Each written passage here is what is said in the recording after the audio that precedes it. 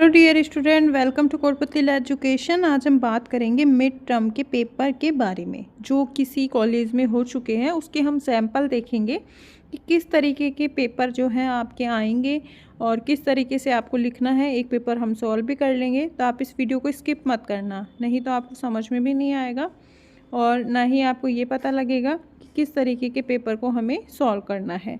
ठीक है, तो आप वीडियो के लास्ट तक बने रहें। वीडियो को लाइक और शेयर भी कर लें, चैनल को सब्सक्राइब भी कर लें, साथ ही बेल आइकन पर भी प्रेस कर लें जिससे आगे आने वाली वीडियो अपडेट आपको प्रोवाइड होती रहे। साथ ही आप हमें इंस्टाग्राम, टेलीग्राम, व्हाट्सएप पे भी फॉलो कर सकते हैं, फेसबुक पे भी फॉलो कर सकते हैं, जहां आपको सारी लीगल अपडेट्स प्रोवाइड करवाई जाती है। और आप हैंड राइटिंग प्रोजेक्ट फाइल बनवाना चाहते हैं, एलएलबी नोट्स चाहिए, तो आप इस व्हाट्सएप नंबर पे भी कांटेक्ट कर सकते हैं। तो चलिए अभी हम देखेंगे मिड टर्म के पेपर। तो देखो, हमने जो सिलेबस था, सिलेबस के अकॉर्डिंग हमने देख लिया था कि आपके जो मिड टर्म है ये 10 मार्क्स के होंगे आपके। अब जो 10 मार्क्स के होंगे और 10 मार्क्स की आपकी फ़ाइल रहेगी। ठीक है, वो जो प्रोजेक्ट फाइल देंगे, तो इस तरीके से आपके टोटल 20 मार्क्स तो कॉलेज की तरफ से हो जाएंगे और 80 मार्क्स के आपके मेन एग्ज़ाम होंगे। ठीक है, ये हमने देख लिया था। तो अब हम समझेंगे कि जो मिड टर्म है उसका पेपर किस तरीके से आएगा। देखो, यहाँ पे 2 यूनिट दी हुई हैं। फर्स्ट यूनिट में लिखा हुआ है कि आपको एक क्वेश्चन करना है और जो सेकेंड यूनिट है उसमें 2 क्वेश्चन करने हैं। जो फर्स्ट यूनिट है वो 6 मार्क्स की है और जो सेकंड है वो 4 मार्क्स की है। ठीक है, मान लो ऊपर नीचे भी कर सकते हैं कि फर्स्ट वाली 4 की कर दें और नीचे वाली 6 की कर दें, यूँ भी कर सकते हैं। अब देखो, यहाँ पे है ये कॉन्स्टिट्यूशन का पेपर है। ठीक है, सैम्पल पेपर है, ये ऐसा नहीं है कि यही पेपर आएगा।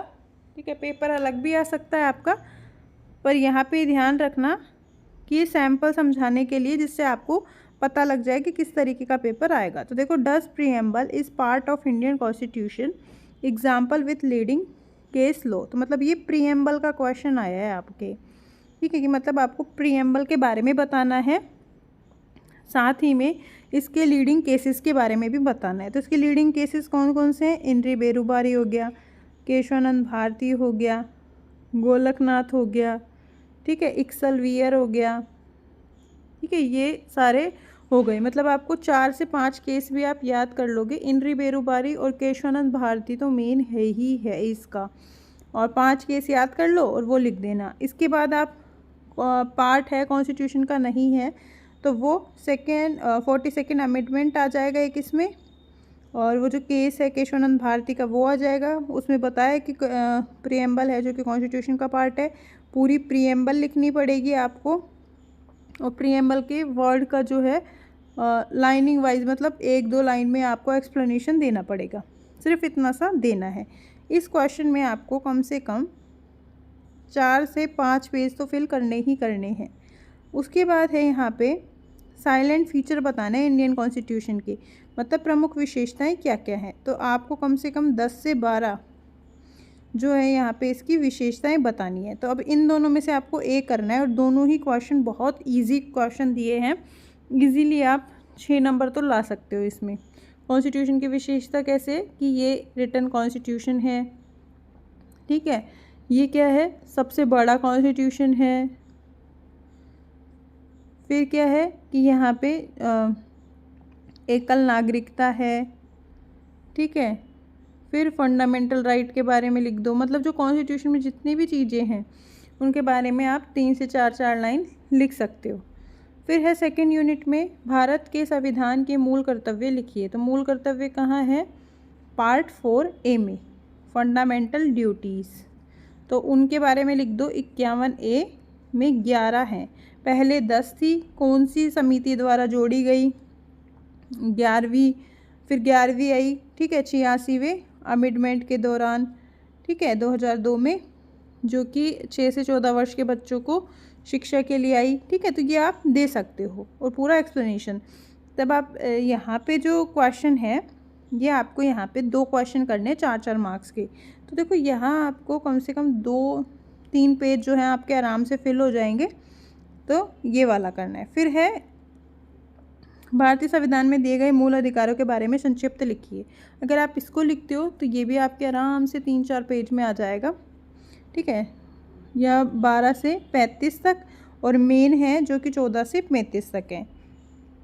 6 मूल अधिकार हैं, कहाँ से कहाँ तक है डायग्राम बना देना और लिख देना ऐसे 14 से 18, ठीक है, 19 से 22, 23, 24, इस तरीके से आपको लिखने हैं।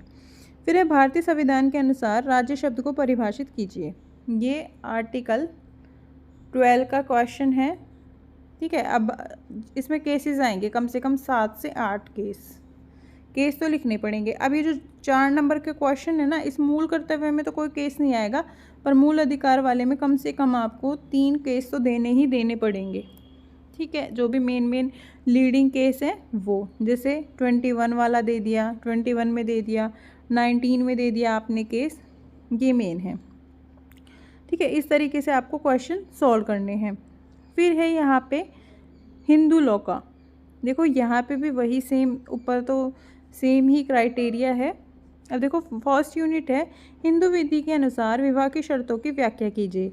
तो विवाह की शर्तें हैं जो कि सेक्शन 5 में दे रखी है, हिंदू मैरिज एक्ट के 1955 के जो सेक्शन 5 है उसके अंदर 5 शर्तें दे रखी हैं। तो उन 5 शर्तों का अच्छे से वर्णन करोगे, ठीक है। और उनकी विवाह की शर्तों की व्याख्या करते टाइम आपको जो है उसमें केसेस लॉ भी देने पड़ेंगे। रिसेंट वाले देख लेना 2024 के, और ये भी बताने पड़ेंगे कि अगर ये शर्तें पूरी नहीं होती तो डिवोर्स के ग्राउंड बन जाते हैं इसमें। वॉइड और वॉइडेबल मतलब शून्य और शून्य करणीय विवाह भी होने के चांस हो जाते हैं, तो ये सेक्शन भी इसके अंदर ऐड करेंगे आप। उसके बाद है हिंदू विधि के अनुसार भरण पोषण संबंधित धारा की व्याख्या कीजिए। तो जो भरण पोषण जो एक्ट है एडॉप्शन एंड मेंटेनेंस वाला, तो उसमें बताना है सीआरपीसी की जो सेक्शन है 125 वो बताना है आपको, ठीक है। इस तरीके से आपको पूरा बताते हुए चलना है। इसमें कम से कम आप दोनों में से जो भी एक क्वेश्चन करेंगे उसमें से आपको कम से कम 6 से 7 पेज तो भरने ही पड़ेंगे। फिर है सेकेंड यूनिट हिंदू नाबालिग के प्राकृतिक संरक्षण कौन कौन होते हैं। तो इसमें से आपको 3 से 4 पेज, और साथ ही में आपको यहाँ पे केसेस लॉ देना पड़ेगा, एक तो कम से कम डालना ही पड़ेगा। मिताक्षरा और दाय भागा, तो मिताक्षरा के बारे में बताना है और दाय भागा के बारे में और उनके डिफरेंसेस, ठीक है, सिर्फ इतना ही बताना होता है। उसके बाद है हिंदू शब्द को परिभाषित कीजिए, हिंदू विधि के स्रोत की व्याख्या कीजिए। तो हिंदू कौन कौन है वो बताना पड़ेगा, भाई जन्म से है, जिसके माता या पिता में से कोई एक हो, या फिर जिसका पालन पोषण हिंदू रीति रिवाजों से हुआ हो, जो पारसी, मुसलमान, यहूदी, ठीक है, और क्रिश्चियन नहीं है, ईसाई नहीं है, वो सभी हिंदू है, ठीक है। हिंदू में कौन कौन आता है, सिख आते हैं, जैन आते हैं, बौद्ध आते हैं, और स्वयं जो हिंदू हैं वो आते हैं। इस तरीके से आपको पूरी व्याख्या देनी पड़ेगी, साथ ही में 3 से 3 केस देने पड़ेंगे, जैसे पेरूमल का है, ठीक है, और भी कई सारे केसेस हैं वो सारे देने पड़ेंगे। तो इसलिए इसमें आपको 3 से 4 पेज करने पड़ेंगे। अब 2 क्वेश्चन है ईजी, देखो आप ये दोनों कर सकते हो ईजीली। उसके बाद है लीगल इंग्लिश। लीगल इंग्लिश सभी को ही टफ लगती है, समझ में नहीं आती, ठीक है, और यही दिक्कत होती है कि करेंगे कैसे। तो देखो यहाँ पे कितने इजी जो है लीगल टर्म दिए हुए हैं। एक्ट ऑफ गॉड मतलब ईश्वरीय कृत्य, ठीक है, गॉड का है जो कि यहाँ पे काम है। उसके बाद है PNG principle of natural justice, जो कि आर्टिकल 14 भी बताता है नेचुरल जस्टिस के बारे में। स्पीडी ट्रायल है, फ्री लीगल एड मतलब निशुल्क विधिक सहायता। एफिडेविट जो कि एक लीगल रिटर्न स्टेटमेंट होता है।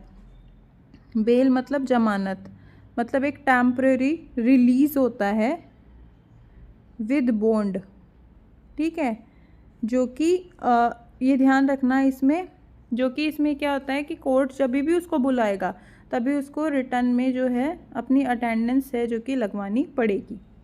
उसके बाद है कम्युनिटी सर्विस और बोनाफाइड। बोनाफाइड मतलब होता है सद्भावना, ठीक है, ये होता है। फिर है important legal writing and legal in legal profession. Mention some characteristics of good legal writing, इसके बारे में बताना है आपको। तो इन दोनों में से आपको एक क्वेश्चन करना है, तो इजी कौन सा रहेगा, ये वाला। फिर उसके बाद है यहाँ पे explain any two legal maxim.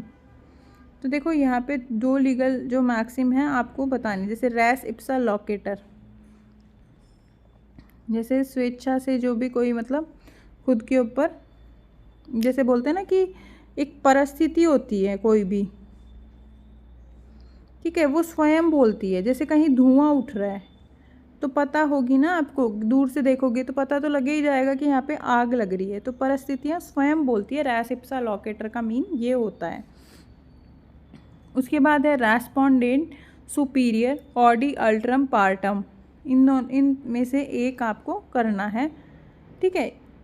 Unit 2 में 2 क्वेश्चन करने हैं, पर ये हाफ ही पेपर प्रोवाइड हुआ है हमें, पूरा पेपर प्रोवाइड नहीं हुआ जो किसी कॉलेज में हुए थे, ठीक है। तो ये आप समझ सकते हो कि आप इसमें से एक क्वेश्चन और कुछ दे देंगे ये लोग। उसके बाद है यूनिट 1, ये है लेबर लॉ का। व्यक्तिगत विवाद व औद्योगिक विवाद में अंतर बताइए। श्रम कल्याण से संबंधित संवैधानिक सिद्धांत क्या हैं। तो इसमें से भी आपको 2-3 केस तो लिखने पड़ेंगे, और व्यक्तिगत विवाद और औद्योगिक विवाद में इजीली आप डिफरेंसेस भी कर सकते हो।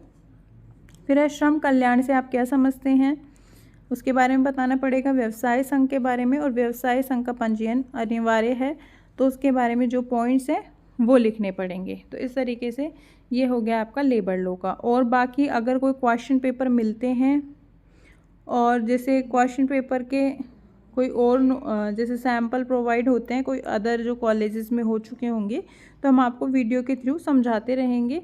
चैनल सब्सक्राइब कर लीजिए, जिससे आगे आने वाली वीडियो और जो लीगल अपडेट्स हैं, आपके एग्ज़ाम से रिलेटेड अपडेट्स हैं, वो सारी आपको जानकारियाँ मिलती रहे, ठीक है। और चैनल को सब्सक्राइब करके आप ज्वाइन भी कर सकते हैं टेलीग्राम ग्रुप, ठीक है। टेलीग्राम ग्रुप ज्वाइन करने से ये है कि वहाँ पे आपको वीडियो वगैरह जो भी आती है वो भी मिल जाएंगे, और जो भी daily basis legal updates cases हैं वो भी मिल जाएंगे।